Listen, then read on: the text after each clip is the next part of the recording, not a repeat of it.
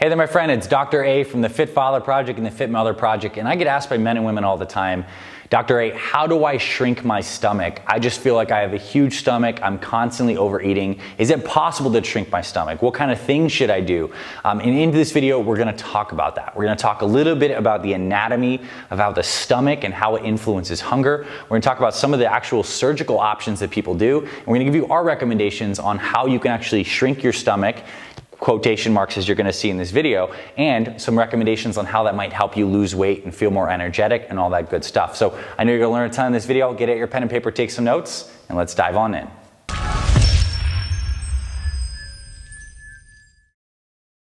All right, so let's talk about how to shrink your stomach. And I want to start with a little bit of anatomy. So you can see this picture over here. This is the upper part of your digestive tract. We start chewing food in our mouth, and there's some enzymes in our saliva that starts to break food down. It goes down our esophagus, and then it goes into our stomach, which is this sac of hydrochloric acid that starts to digest some of the proteins and get the food prepared so it can move into the intestines. That is the concept here. And the stomach is really the first main organ of digestion. We have the esophagus tube, and once food gets in the stomach, we're eating. It takes a little bit of time for the food to empty the stomach and get into the intestines where it's absolutely absorbed. And now our stomach is like a balloon. It stretches and it shrinks in response to us eating meals. So if we drink a lot of water, it stretches our stomach. And when our stomach is stretched, it actually sends receptors up to the brain through this nerve conduction that tells our brain to feel less hungry.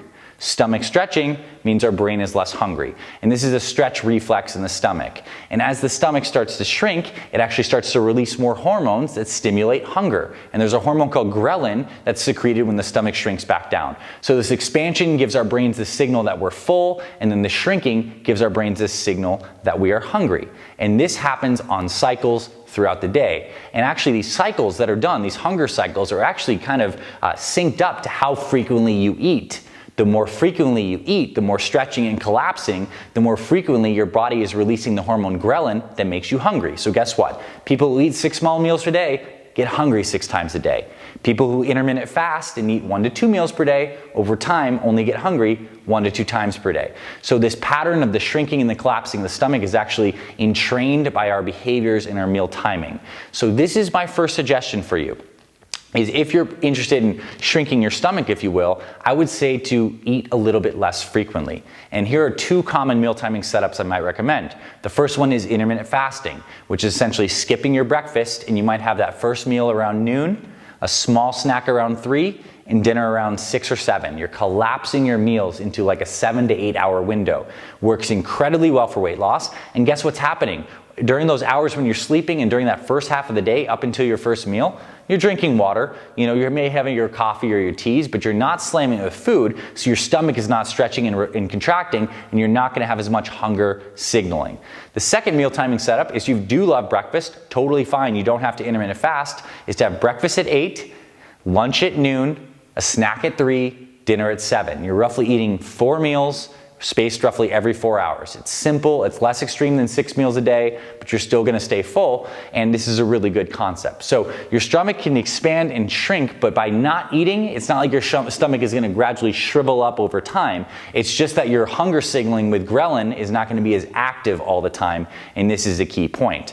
Now, there are some surgical options to literally shrink the anatomical size of your stomach, and this could be a gastric band, where they essentially put a taut rubber band around your stomach to section off parts of the stomach so you have a smaller stomach. And guess what? From this research, it's not that your stomach is just anatomically smaller, but when your stomach is compressed like that with the band, it actually releases more of these satiety hormones more quickly when you do eat. And the other surgical option, a gastric bypass, is where they actually section off part of your stomach and they attach your esophagus deeper into the stomach. And again, yes, your stomach is actually anatomically smaller, the balloon is smaller, and it also increases the satiety hormones, GLP-1, some of these other hormones that make you feel full. So those are surgical options, but my recommendation is before you go there is to dial in your meal timing to get to the point where you're not actually constantly stimulating these ghrelin hunger hormones. Drink water throughout the day, and basically stop eating when you're around 70% full. really key habit, because there's actually a delay in the signaling between our stomach and the feeling that we've actually eaten by about 20 minutes or so. So that means in a 20-minute period, you could slam way more food than your body needs, and there's that lag latency time, so you're not gonna feel full later. So when you slow down your eating and you chew more times and you're more mindful of the amount of food that's going in and you slow things down, you're actually gonna feel full sooner and you're not gonna overeat calories. And that's a really good thing. So those are some practical ways to really quote unquote shrink your stomach size. Although your stomach's not shrinking anatomically unless you're doing a surgical approach or using a lap band, which is a more extreme option where first I say you dial in your meal timing, you be more mindful with your food, you pay attention to your body as you're eating, you chew more, you slow things down, and you maybe try something like intermittent fasting. Those are the first line things to quote unquote shrink your stomach and help your hunger hormones and your satiety hormones work better. I hope this helped you. I hope this gave you some ideas on some simple things. And if you want more help on this stuff, on what you should actually be eating when you do eat, then scroll below, get our free meal plan, get our free weight loss jumpstart. We have these free resources for you. We're gonna send you a meal plan straight to your email. We'll also show you how to exercise. We'll also show you how to make sure that the weight that you do lose as you're cleaning up your nutrition, you actually keep it off long term. We are the Fit Father Project and Fit Mother Project. This is what we do. I hope this served you. Drop us a thumbs up below, a comment below, and subscribe to the channel for more videos. And I'll see you around the channel, and I'll talk to you very soon, my friend.